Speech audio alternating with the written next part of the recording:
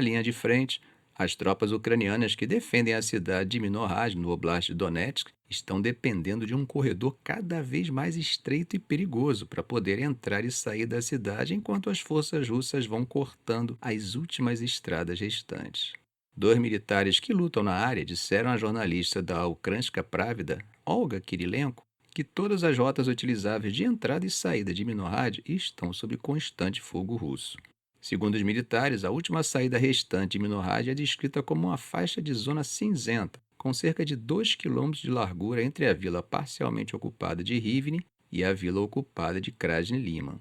Soldados dizem que as brigadas ucranianas estão sofrendo baixas enquanto tentam rotacionar pessoal e manter suprimentos. As forças russas também estão aumentando sua presença dentro de Minohad, enquanto as tropas ucranianas têm menos ferramentas de reconhecimento para avaliar o acúmulo, segundo o relatório. E isso está ocorrendo, gente, uma semana depois da reportagem de 3 de dezembro no veículo ucraniano Rumadsk, na qual soldados do terreno disseram que Minohad estava praticamente cercada, com um comandante não identificado da 38ª Brigada de Fuzileiros Navais afirmando que Minohad estava cercada no solo há 5 dias, enquanto outra fonte disse ao veículo que a última rotação bem-sucedida foi em 12 de novembro. E aí a gente percebe como esse relato acaba sendo um contraste, com o do comandante em chefe Alexander Sirski, que em uma coletiva de imprensa que ele deu ontem, ele afirmou que Minohad não está cercada, embora ele tenha reconhecido que a logística se tornou mais difícil. Na mesma coletiva, Sirski disse que a Ucrânia havia recuperado cerca de 13 km² dos aproximadamente 29 km² de Pokrovsk desde meados de novembro. Ele disse também que as forças ucranianas também se retiraram de posições a 5 a 7 quilômetros de Pokrovsk que não podiam mais ser mantidas de forma eficaz. E aí, meus amigos, com quem está a verdade, hein? Com os soldados e oficiais no campo ou com o comandante? Escrevam aí. Bom, meus amigos, agora, vamos ver o que os russos têm a dizer sobre as ações deles nas últimas 24 horas. O Ministério da Defesa russo, naquele relatório diário, afirmou que o dia foi de operações coordenadas usando aviação tática, drones e mísseis para bater em alvos distribuídos por 146 localidades. Os alvos, segundo Moscou, foram desde fábricas da indústria militar ucraniana e aquelas estruturas de energia que comentamos agora há pouco, até áreas de concentração de tropas, onde eles dizem que havia inclusive combatentes estrangeiros. O relatório também detalha os danos materiais que teriam causado aos ucranianos.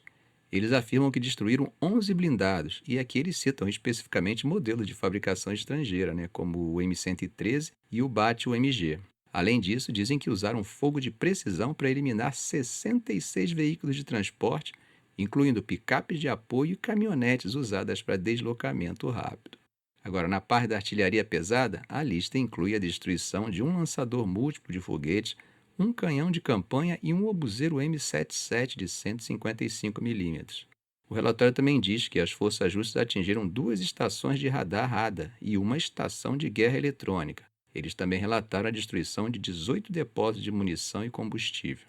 E, gente, é aquela informação que acaba mostrando claramente que a Ucrânia não está apenas assistindo a tudo de cima do muro. Eu digo isso porque eles relataram que sua defesa aérea teria derrubado 102 drones ucranianos de asa fixa só nessas últimas 24 horas. Bom, gente, saindo da Europa, vamos para Gaza, porque grupos que operam a partir das áreas controladas por Israel dizem que vão continuar a combater o Hamas, apesar do assassinato do seu comandante mais importante.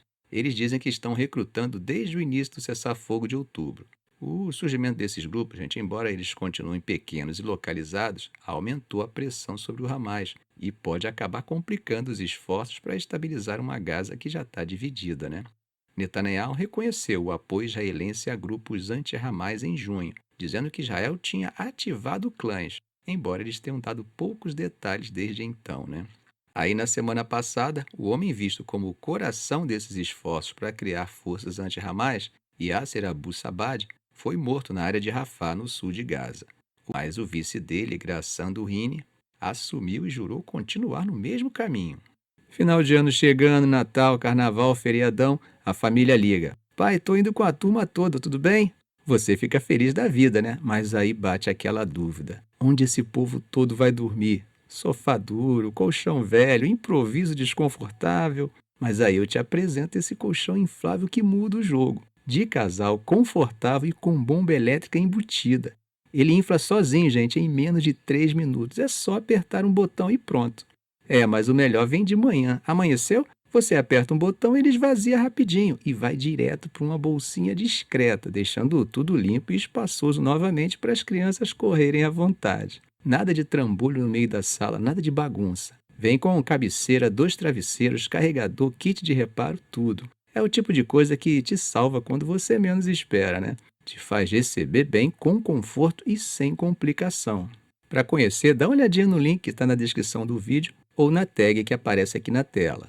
Recado dado, vamos continuar. Bom, o Hamas, né, gente, que controla Gaza desde 2007 e se recusou a entregar as armas, rotulou esses grupos de colaboradores. E analistas palestinos dizem que essa visão é compartilhada pelo público em geral. Mas, como vocês sabem, Israel ainda está presente em mais da metade de Gaza. E nessas áreas, embora tenha uma população muito pequena, os inimigos do Hamas acabam operando fora do alcance dele, né?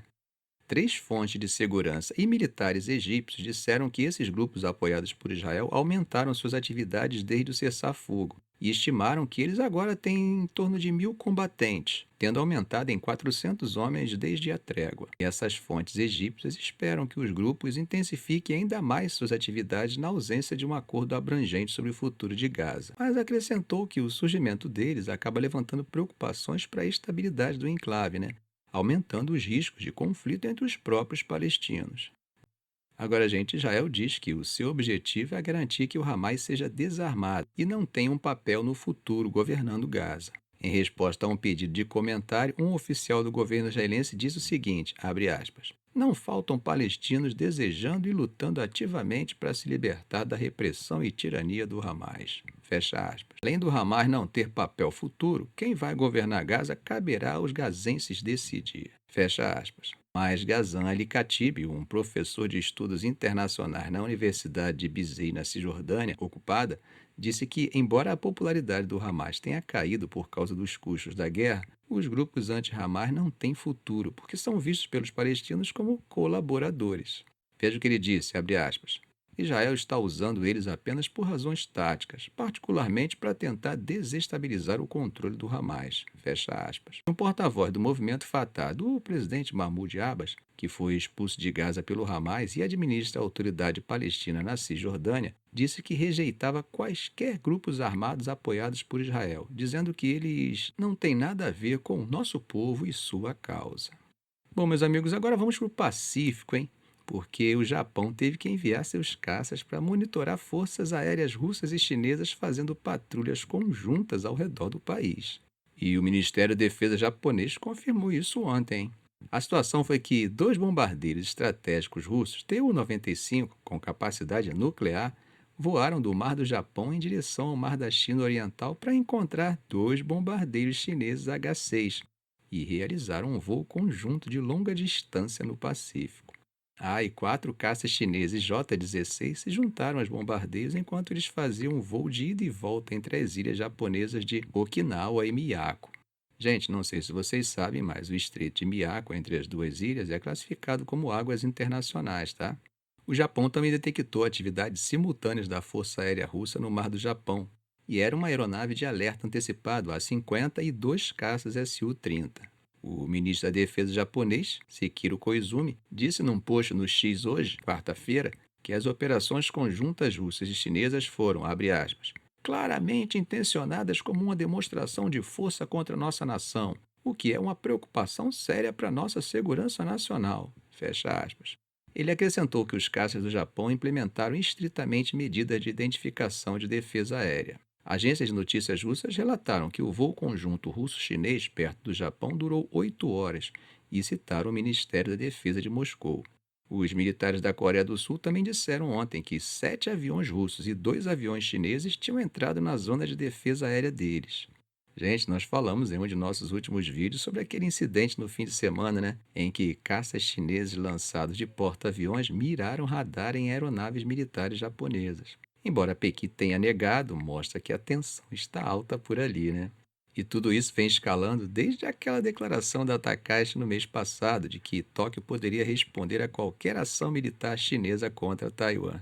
Gente, a China já perdeu Taiwan para o Japão em uma guerra, né? Isso foi lá em 1895. Ouvir uma coisa dessa deixou os chineses meio fulos da vida, e desde então a pressão só sobe.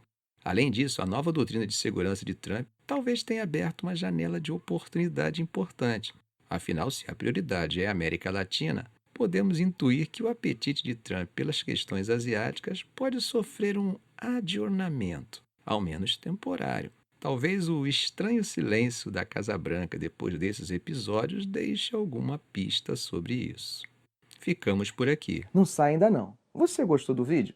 Se você gostou, dê um like, inscreva-se no canal, faça um comentário. Eu quero saber a sua opinião, ok? Um grande abraço.